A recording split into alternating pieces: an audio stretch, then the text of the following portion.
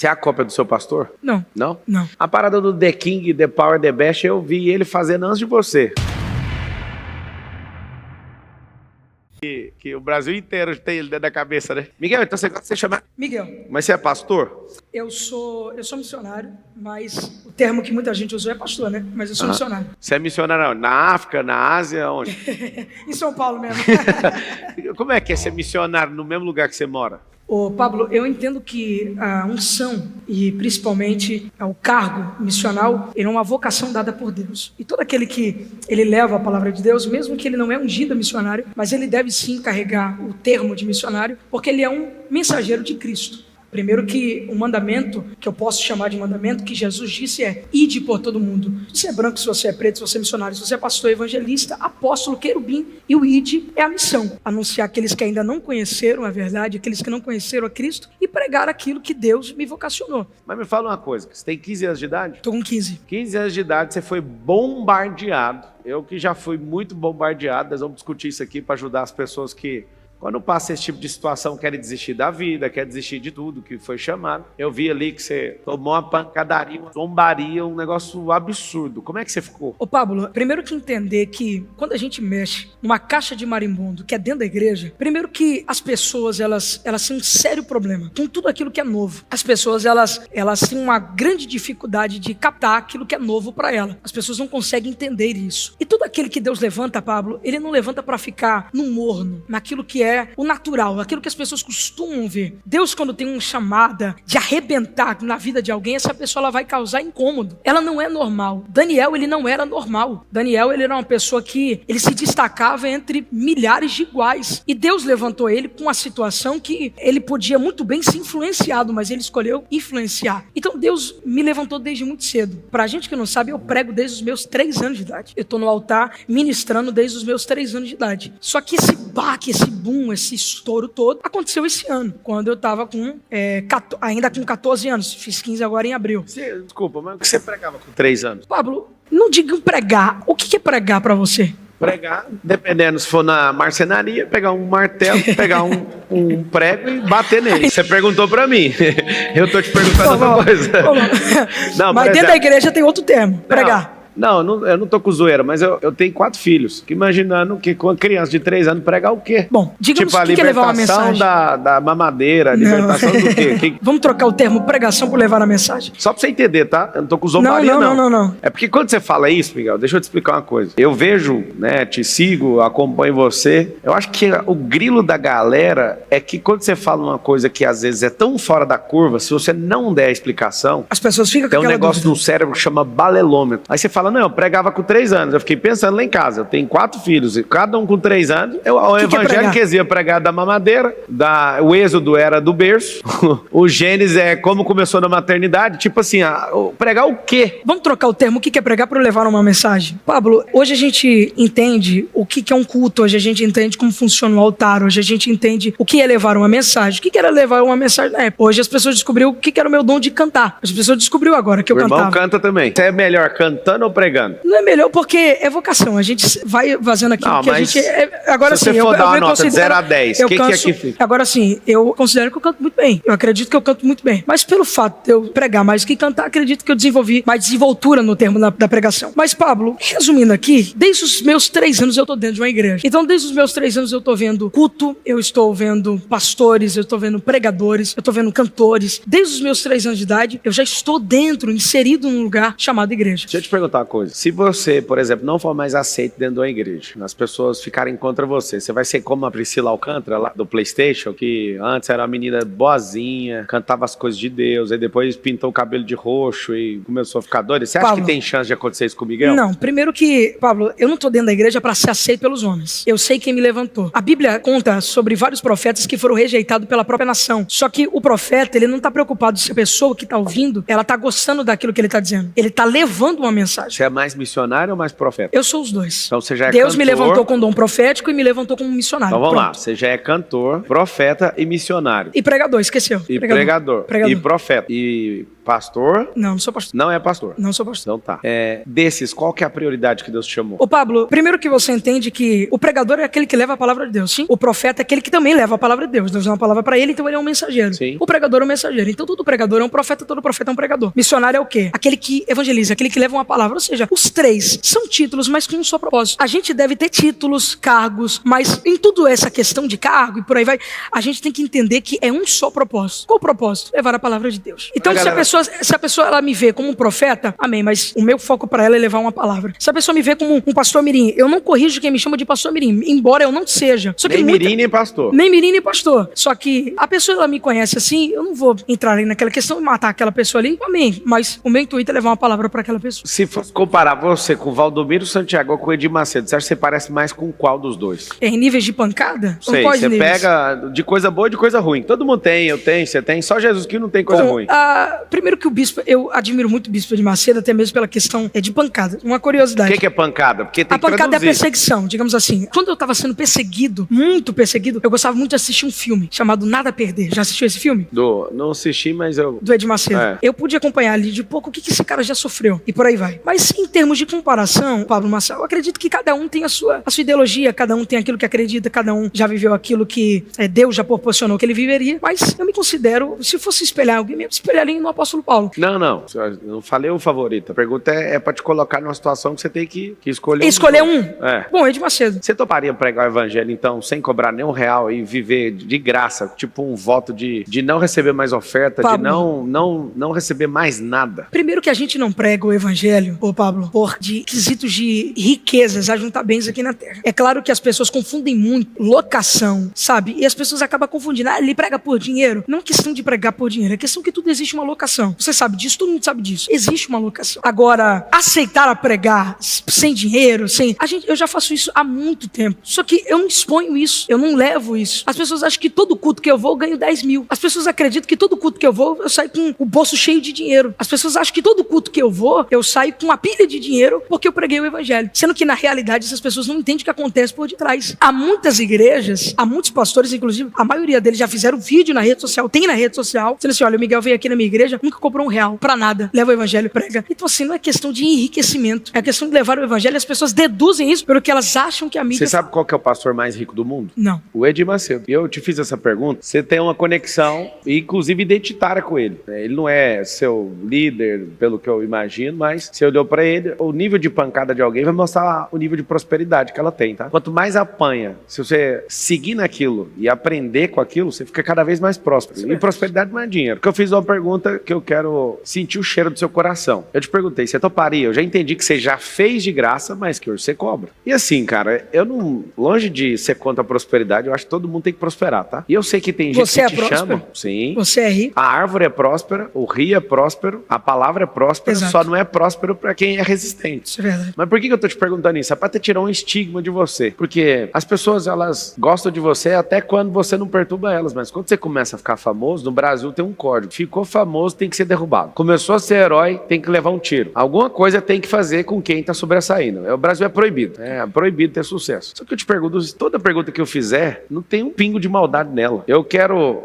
A intenção verdadeira é das pessoas te conhecerem, de eu extrair o melhor que tem dentro de você e de tirar um monte de estigma. Porque tem um monte de gente que tira um monte de conclusão por causa do The Power, The King, The Best, não sei o quê. Inclusive, pra quem não sabe, eu tava dentro do camarim antes de entrar, falei pra ele, cara, você não vendeu um curso de inglês? Você não fez... Aí eu falei pra ele, cara... Isso já, assim, eu entendo o propósito, mas isso já mostra a minha intenção de não ganhar dinheiro. Então, ganhar dinheiro é uma coisa, fazer dinheiro é outra. Vou explicar por quê. Exatamente. Você sabe que tem gente que te convida pra pregar, não é pelo seu nível de palavra, mas pela imagem que você tem. Sim. E que vai atrair um monte de gente. Claro. Então, ao mesmo tempo que eu tô te perguntando do dinheiro, eu sei a intenção de muitos pastores, de muitas igrejas te convidando. Sim. O que eles querem? Eles querem pegar uma das pessoas mais faladas e mais assistidas do país, colocar lá no culto, pra gerar indignação, o CAC custar mais barato, pra adquirir mais lead de forma mais barata e mais gente encher a conferência, a convenção. Isso é muito natural, certo? Não vejo nenhum problema na prosperidade. Agora eu fiz uma pergunta, você não respondeu. Você toparia pregar e nunca mais receber nada por isso? Sim, eu posso ganhar dinheiro de outras formas. Trabalhando, criando uma empresa. Você já criou empresa? Não. Não? Eu tenho 15 anos, papo. Eu tenho um monte de dó. Você com 15 anos. Você tem uma agenda pior que a minha, com 15 anos.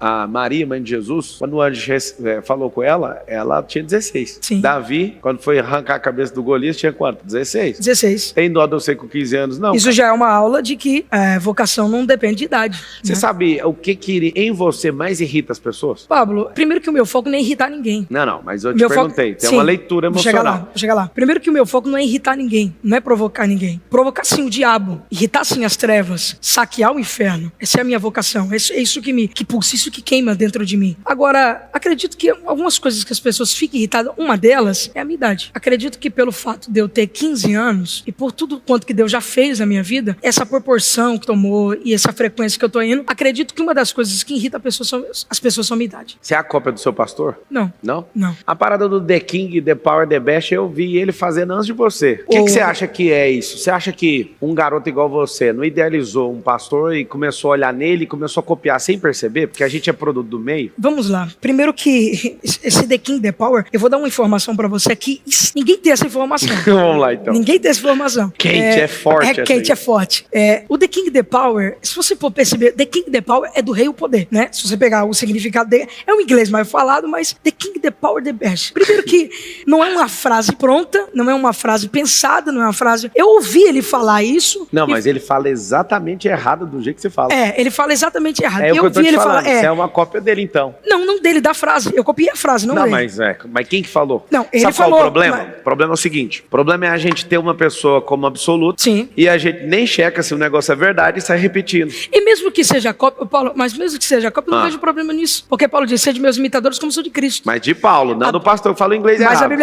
Mas a Bíblia diz, veja a forma, a vida do seu pastor, imite aquilo em toda a sua forma de viver. É o texto. Aonde que tá isso? É o texto bíblico. Aonde? É o texto bíblico. Mas da onde? Não vou te dar o dado aqui. Não, você pode pegar o chat GPT que eu quero saber como é que imita pastor. Tá isso lá na Bíblia, não. Observar a forma de seu pastor em toda a sua forma de viver. Observar não é pra imitar. Observar é pra... Observar. Não vamos entrar no debate aqui. Não, seu último vídeo tem 70 milhões de visualizações que eu vi, que foi muito doido, o tal do Kleber. Deixa eu terminar o Off the King. Vai. O Off the King, então, eu percebi, ouvi aquilo e falei assim, poxa, cara, Off the King, nunca tinha ouvido isso. E aí, num culto eu estava... Foi aqui em Alphaville, inclusive, esse culto. E aí eu tava pregando, depois de 1h30 de aula de mensagem, aí tinha um casal assim sentado. Aí Deus me deu uma revelação e falou assim, olha, fala pra eles que Deus tá mudando a rota, Deus vai que eu vou direcionar, que eu cheguei e falei assim, olha, Deus vai colocar vocês dentro de uma nação. Se você perceber a revelação, até ali, eu não falei qual nação seria. Eu falei assim, Deus vai colocar vocês dentro de uma nação. E eles olharam assim, eu falei assim, e sabe qual que é a nação? Eu vou falar o nome do país, vocês vão pisar.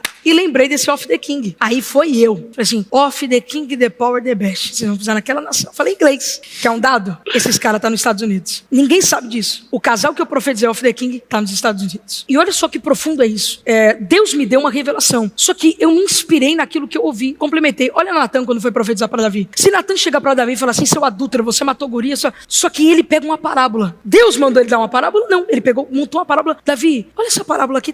E ele conseguiu chegar no coração de Davi. Então, a revelação... Na verdade, Davi não percebeu, né? A parábola. Não percebeu. Ele acabou dando decreto.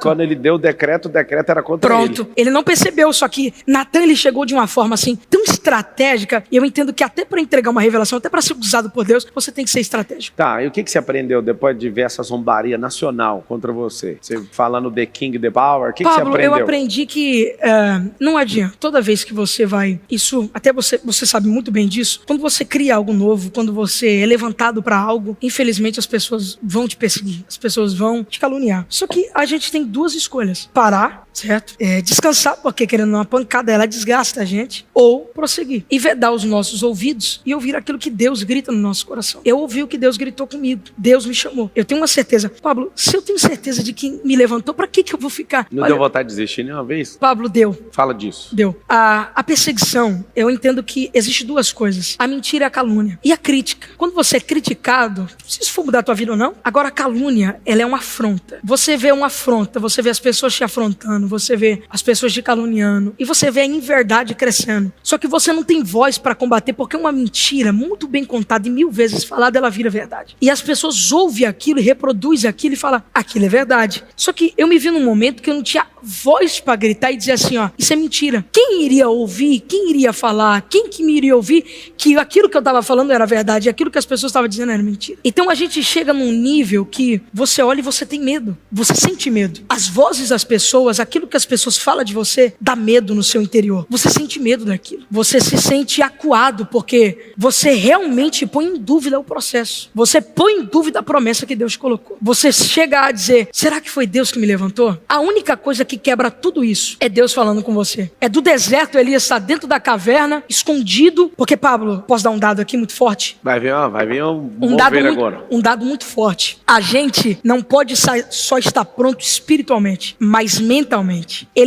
Eu gosto muito de Elias. Elias era um cara que ele estava pronto para ser transladado. Só 2 caras na Bíblia foram transladados, Enoque e Elias. Filipe também. No Antigo Testamento eu digo. Enoque e Elias. Jesus também. Isso aí já é o novo. Elias foi o primeiro. Elias foi o primeiro cara a ser transladado da Bíblia. Elias estava pronto para ser isso. Você falou Elias e quem? Enoque. Elias estava pronto para ser transladado. Elias estava pronto para escolher um sucessor, que foi Eliseu. Elias estava pronto para multiplicar a farinha e o azeite na casa da viúva de Sarepta. Elias estava pronto para disseminar 450 profetas de Baal e mais outros de Azera. Elias estava pronto para fazer fogo cair do céu. Elias estava pronto para tudo. Elias era uma máquina espiritual. Elias era um monstro espiritualmente. Elias era um profeta. E o profeta que Elias era. Só que no outro dia, Jezabel chega assim e fala assim, tem o WhatsApp do Elias? Conjecturando. Tem o WhatsApp do Elias? Tem um novo dele? Dá uma ligadinha para ele e fala assim, que como ele fez com o meu profeta, eu vou fazer com ele amanhã. A ameaça, Pablo, põe em dúvida a promessa. Elias se colocou num nível de medo. E Elias esqueceu de tudo que Deus já tinha falado para ele. Elias esqueceu de quem ele era. Elias esqueceu do que Deus podia fazer. Elias esqueceu do que Deus já fez. Ele vai para dentro do deserto, no meio de uma caverna. Ele se esconde porque ele está com depressão. E aí ele vai na síndrome do exclusivismo. Ele fala assim, Senhor, estão querendo me matar. Estão querendo, Elias? Estão querendo me matar. Porque em todo Israel só eu me levantei. E Deus fala assim, calma aí, só um minutinho. Tem 7.000 que não se dobraram a Baal e nem Jezabel. Elias, levanta. Olha como que Deus fala com Elias. Elias é um profeta, mas Deus manda ele levantar 2 vezes. Em 1 Reis 17 e depois 2 Reis 1. Quando Acasias cai do alto, e 1 Reis 1. Quando Acasias cai de um quarto alto, Elias está dentro de casa. Aí desce um anjo, abre o céu, desce um anjo e fala assim, Elias, se levanta, põe o cinto de profeta, o cinturão de profeta, a capa de profeta. E isso acontece não só com Elias, acontece com Pedro. Porque Pedro já tinha aceitado em Atos 12 que ele ia ser morto no outro dia. Ele já tem a decisão do homem com certeza na sua vida. Ele está preso dentro da cadeia, não tem nada que possa tirar ele dali. Só que do outro lado tem uma igreja que ora, tem uma igreja que chama o céu. Você acha que tem uma igreja... Elias faz parte de uma das 2 testemunhas lá em Apocalipse? Quem? Elias? Não, porque eu não tenho esse dado escatológico. Elias, aliás, Pedro, né? Elias ou Pedro? Elias. Eu não tenho esse dado. Assim, há muitos rumores, né? Elias e Moisés. Porque no Monte da Transfiguração, se eu não estou enganado, foi Elias que desceu, não foi? Ele e Moisés. Ele e Moisés. Então, o pessoal diz que eles vão ser as 2 testemunhas. Mas... E você não acredita nisso, não? Bom, assim, eu acredito que Deus pode mudar a concepção, mas eu acredito que vai ser um profeta muito conhecido, um profeta muito renomado e um profeta de grande autoridade. Por isso que eu acredito muito que Elias é um profeta e pode ser ele. Eu, particularmente, digamos rasgado aqui, eu acredito que pode ser ele. Se você não cantar nem pregar e não tiver mais na vida da igreja ali e tal, não receber mais nenhum convite, o que você vai fazer da vida? Da vida ou da igreja? Da sua vida. Da minha vida? Recebe, não tem mais igreja. Acabou a igreja. Ninguém tá acabou te convidando. Acabou tudo. Acontece isso com algumas pessoas. Eu quero saber o que você vai fazer. Primeiro que as pessoas hoje criam da igreja, algumas pessoas, não vou falar nome aqui para não polemizar, mas alguns criam da igreja o seu porto seguro. E muitos criam da igreja como empresa. Pronto, isso aqui é o meu porto seguro. Se eu não dar bem na vida, eu dou bem isso aqui. Só que as pessoas devem entender que a igreja, ela não é minha, a igreja é de Cristo. A igreja é noiva. E eu devo entender que a igreja, Pablo, ela não é uma questão de porto seguro. Se eu falir na vida, tem a igreja. O que é a sua concepção de igreja? Tipo, é a instituição? O prédio? Então, a instituição do cartório, né? O prédio na vida real. Só que o sentido da igreja é noiva de Cristo. Pois é, mas o que é a igreja? A igreja. Você explicando para um leigo que nunca ouviu falar sobre a igreja. O que é a igreja? A igreja, pegamos assim, quando a igreja começou a ser igreja, a igreja, por exemplo, é um comboio. Aqui, por exemplo, suponhamos. Aqui, por exemplo, é uma igreja. Aqui tem um auditório, aqui tem um povo. Aqui eu exponho a palavra. Aqui eu falo da palavra. Embora a palavra pode ser colocada em qualquer outro lugar. Então você entende que o templo é a igreja? O templo é a igreja. Só que o que diferencia a igreja Porque, por exemplo, aqui é um auditório. Só que você fazer isso aqui de igreja, isso aqui pode ser uma igreja. Sim ou não?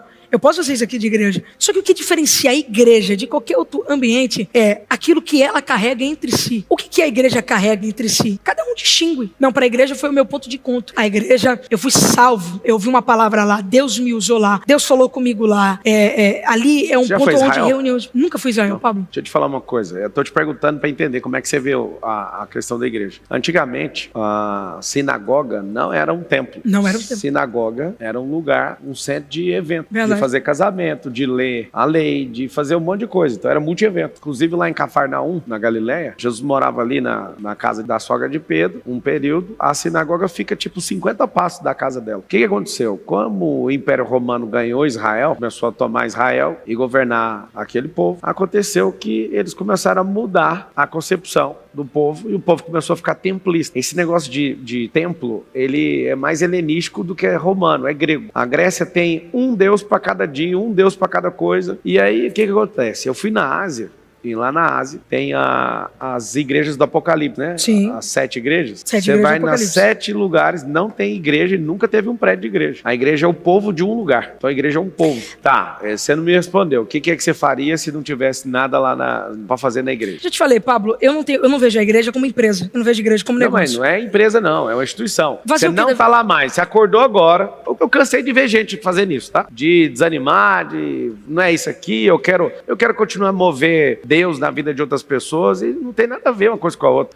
Você está falando no quesito mover Deus. Não, você está falando de qualquer levar jeito. a palavra. Não, você de qualquer levar jeito. A palavra. Eu sou empresário, mas eu uso as minhas empresas como armamento do reino. Eu tenho um pouco de dinheiro e esse pouco de dinheiro é munição pro reino. Sim. Então, eu tô te perguntando isso por quê? Porque tem gente assistindo que se achar que a igreja é um templo, essa pessoa ela não vai entender o porquê que Jesus foi condenado à cruz. Porque ele se levantou contra o templo. E ele falou, em 3 dias o templo vai ser reconstruído. Como que o negócio que leva 70 anos para construir, você vai reconstruir?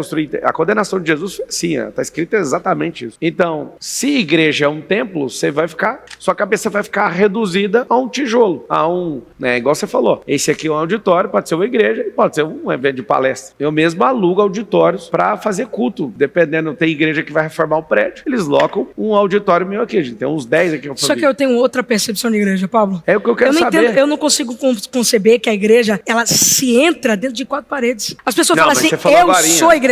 As pessoas falam assim, ó. Não, mas você falou agora, e aqui igreja... A igreja pode ser. A igreja pode ser. A igreja pode ser debaixo de uma árvore, por exemplo. Pode ser, Pablo, a igreja... Então não ela um templo, a igreja. Pablo, como eu vou recapitulando, a igreja... Isso aqui pode ser uma igreja. Pode ser uma igreja. Só que o realmente intuito da igreja, ela não se cabe dentro de 4 paredes como essa. Sim. As pessoas falam assim, eu sou a igreja. Muito bem, mas você deve também carregar a igreja. Como que é carregar a igreja? Se eu for ali agora, na rua, e tiver algum bêbado, um mendigo, uma pessoa que usou droga, uma pessoa que quer mudar de vida, eu carrego o que aqui dentro da igreja eu ouvi. Querido, Deus pode salvar a sua vida. Querido, Deus pode transformar a sua vida. Querido, você pode sair dessa situação. Querido, isso aí você pode pegar de trampolim, se arrebentar. Você tá entendendo? O que é carregar? O que é carregar o sentido? O que é não ficar preso dentro de 4 paredes? Porque tem gente que tá dentro da igreja com de 4 paredes, do lado de fora é um canalha, é um escroto, é um ridículo, é um adúltero, é uma pessoa que não representa Deus, não representa a igreja. Por quê? Cabe-se dentro de 4 paredes, mas ele não carrega aquilo que ele ouviu dentro de 4 paredes. Então a igreja é uma pessoa. A igreja é uma pessoa, cara. Então assim, eu posso fazer um culto e chamar isso aqui de templo, de igreja, fazer isso aqui de igreja, colocar um palanque, colocar caixa de som,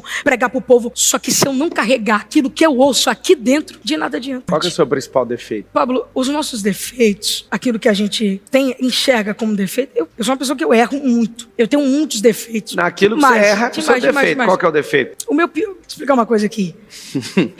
Você quer que eu arrume uma pedra ali pra você? Mais um, Quem não tem defeito, atira o primeiro copo. Só que como que eu pego uma pedra e jogo em mim mesmo agora? É simples. Aqui não está uma condenação. Você está falando de uma passagem onde Jesus pegou a mulher adúltera e ali ele estava explicando um princípio. Qual que é o princípio? Meu ministério é de misericórdia, o de Moisés é de condenação. Ela é adúltera, então pega a pedra e apedreja. O que eles estavam querendo? Naquele momento eles estavam querendo que Jesus ou anulasse o ministério de misericórdia para eles falarem, te pegamos, ou fala logo que você é o cara que vai seguir Moisés, porque a gente não quer saber de você aqui. O que ele fala? Quem não tem pecado, atira a primeira pedra. Não, Jesus estava fazendo um desenho no chão. E sabe o que é aquilo? Ele A fez mesma um desenho coisa no que chão. aconteceu, a mesma coisa que aconteceu lá no exílio. Deus escreveu na parede, mene, Tekel passi. aí você foi medido e não foi encontrado. Foste pesar na balança, foste achado em falta. Aí o que acontece? Quando ele faz aquele desenho, uma representação, ele pergunta: tem alguém que não tem pecado aqui? Então, se você não tem, atira. Mas Jesus podia tirar a pedra, ele não tinha pecado. Então, uma pessoa que faz pergunta poderia naquele momento virar: mas você não tem pecado, você pode atirar a primeira pedra. Só que ele mesmo podendo atirar a pedra, ele estava com o ministério de misericórdia. Então, você misturou uma coisa com a outra. Eu não pedi seu pecado, eu pedi Você seu pediu o defeito. meu erro, mas deixa eu te explicar Não uma pedi coisa. seu erro, eu pedi seu defeito. Erro. Qual que é a diferença de erro e defeito? Erro é o seguinte: você não tem um defeito, mas você pode errar. Por exemplo, Pronto. eu vi que você deixou cair uma comida na sua blusa. Sangue. Isso Eu cortei não é o um dedo. defeito seu, isso é um erro. Um erro. Isso gera um aprendizado. Se você repete o erro, isso é uma falha. Então, lembra disso numa máquina. Você pega esse copo aqui e ele cair no chão, isso é um erro.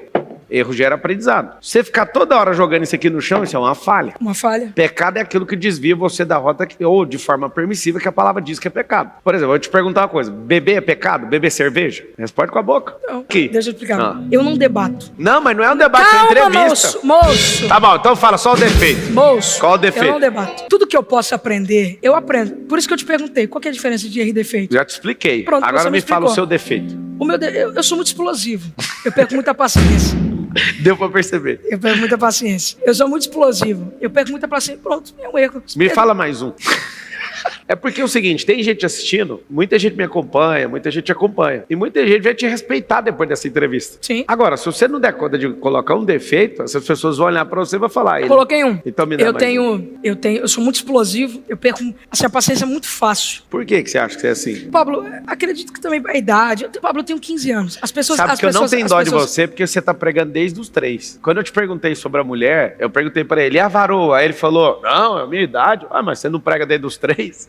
Tá mais fácil. Só que a Bíblia diz que tudo há um tempo. Tudo há um tempo. E você acha que o menino Embaixo. de 3 anos tinha que estar pregando? Ele tinha que estar com uma madeira na Então, mão. o que Jesus com 12 estava ensinando? O que Jesus estava fazendo com 12? Ensinando. Ensinando. Jesus ensinava. E o melhor método de aprendizado é ensinar. E eu com 15. Só que na minha concepção, talvez na sua concepção, como você disse, eu comecei a namorar. Você começou a namorar com 16 anos. Com 16 anos. Você tem uma concepção de querer namorar com 16 anos. Eu tenho outra concepção. E cada homem, cada mulher, ele consegue se. Você quer namorar com quantos anos? Eu, É.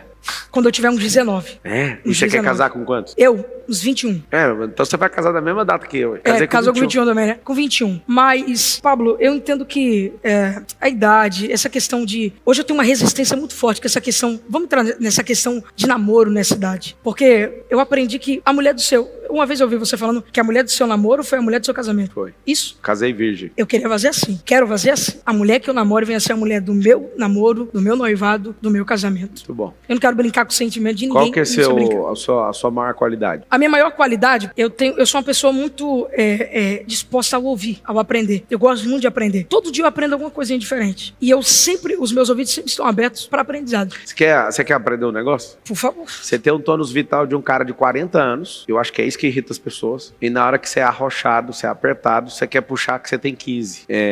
E tá aí um grande aprendizado. Eu não sei se o seu coração tá aberto, mas eu falo com amor naquilo que Deus colocou dentro de você, porque você foi chamado para falar para milhões. No dia que você tava na crise, talvez eu tenha sido um dos primeiros a chamar ali e te oferecer ajuda. Porque todo mundo, quando a gente tá mal, todo mundo faz o quê? Corre, né? Eu te mandei mensagem, falei: segura o tranco. Eu lembro da mensagem. Eu lembro da mensagem. Se você for de verdade, você vai parar em pé. Se não for, cai. Agora é o seguinte, se você quer aprender, eu acho muito massa você ser um cara de 15 anos e aguentar as perguntas e qualquer tranco. Eu acho isso muito doido. Mas o que eu acredito que você pode potencializar dentro de você é não querer ter uma postura de cara de 48 anos de idade. Pablo, mas não é postura. As pessoas acreditam que eu tenho essa postura pela forma que eu me visto, pela forma que eu converso. Não, cara, tem menino que veste com a mesma roupa que você e tem cara de menino Pela de 15 forma anos. que eu converso, pela minha oratória. São jeitos, trejeitos. Eu cresci dentro da igreja, eu aprendi isso, eu cresci ouvindo isso. Ou seja, você é uma cópia de uma pessoa. Você acabou acabou de falar. Então, só que Paulo não era imitador de Cristo? Imitador de quem? Nós somos Imitador de imitador quem? de... Então Paulo andando era- sobre as águas. Vamos imitar Cristo. O que ele estava falando? Então pronto. Só que imitar personalidades, imitar trejeitos, imitar... Sabe, eu acredito que é uma coisa assim, esse é o meu eu, esse é o meu eu, esse é o meu eu.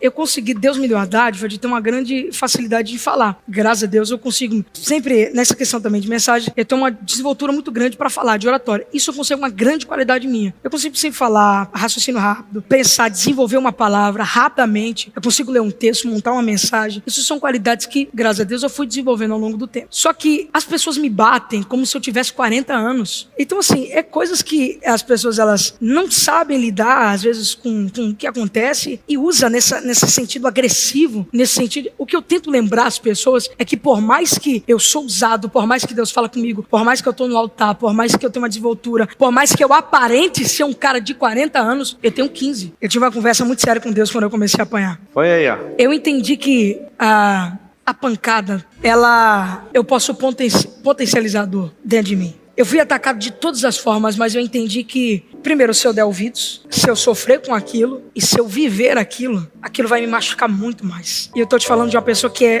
tá saindo de uma pós-guerra.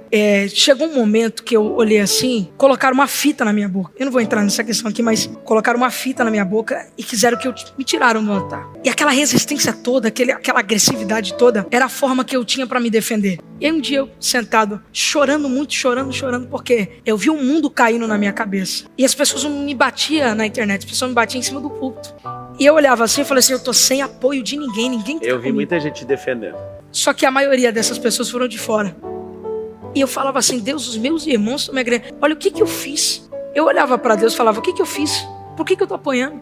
E aí Deus começou a me quebrar, Deus começou a falar comigo, Deus começou a dizer assim, eu vou te dar um coração quebrantado, contrito. Hoje Deus me deu uma blindagem que eu não consigo revidar, eu não consigo bater de frente. Você tá falando aqui, eu tô ouvindo você, mas em nenhum momento indo pra cima de você. Eu lembro de um áudio que você mandou dizendo que você tá muito agressivo, lembra disso? Deus mudou isso dentro de mim. Glória a Deus. E Pablo, a melhor forma de você viver guerras e de você enfrentar batalhas e lutas é você entender que a todo momento Deus está com você.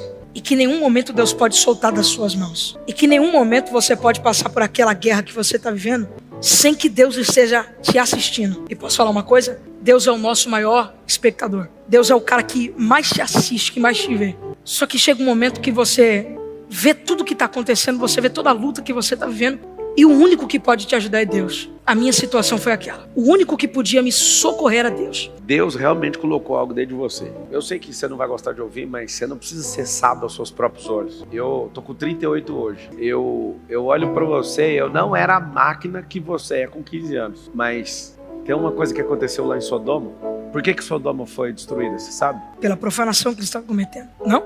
Em Ezequiel, está escrito que a soberba derrubou. Soberba. Está escrito, a soberba precede a ruína. E a altivez de espírito, a queda. Eu te perguntei, pedi seu defeito, você ficou segurando. Tem uma coisa boa. O fato de você ser altivo muitas vezes te protegeu da pancada. Tem essa parte.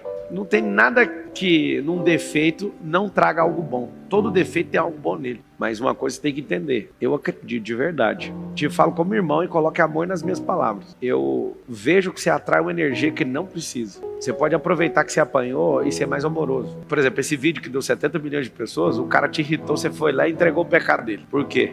Porque você não pode ser contrariado. E você tem que ser contrariado. E eu fico me vendo. Eu nunca, com meus 15 anos, eu tava nesse mover seu aí. Não, jamais. Eu tava só estudando. Agora eu fico imaginando, cara, se você entender e buscar modelar mais pessoas e mais experiências e abrir essa cabeça sua, o Senhor vai te usar de formas e numa frequência diferente. Eu creio. Porque se você ficar nessa defensiva, nessa impaciência e achar que você tá certo em tudo com 15 anos de idade, você vai se trancar e nada vai servir pra você. E eu tô te falando em amor. Tanto é que quando você começou a apanhar, eu tava lá mandando áudio pra você. Enquanto você, todos os momentos ali, pode ver, nossa conversa tá salva aí. Paulo, mas em tudo eu vejo a mão de Deus. Qual que é o versículo que mais dá pavor em você? Dá mais pavor? O livro que me... Assim, o versículo. Agora, o livro que mais me dá pavor. Eu não diria o versículo, eu diria o livro. Apocalipse. Por quê? Eu tenho muito medo de Apocalipse. Porque tudo que acontece hoje em dia, a gente remete a esse livro. É impressionante, né? A gente sente que... Você não chegou a estudar Apocalipse? Já estudei sim, já estudei. O que você tem mais medo lá dentro? Apocalipse me dá muito calafrio. Apocalipse 12, que fala sobre o dragão e a mulher. Mas o que me dá muita calmaria é Apocalipse 22. Eis que faço nova todas as coisas. Pablo, essa mensagem é o que tem me sustentado. É o que me sustenta, é minha base, é minha coluna, é minha força. Hoje em dia as pessoas podem me xingar, podem me ofender, podem gritar, podem falar. Se um dia a pedra que você jogou em mim danificar o fruto que eu vou dar daqui a uns anos, você tinha razão. Só que um dia, se o fruto que você tacou pedra te ajudar em alguma coisa, saiba que a minha vida foi um testemunho. E aquilo que você tentou ir contra o ungido do Senhor, um dia a minha vida vai servir para te ajudar.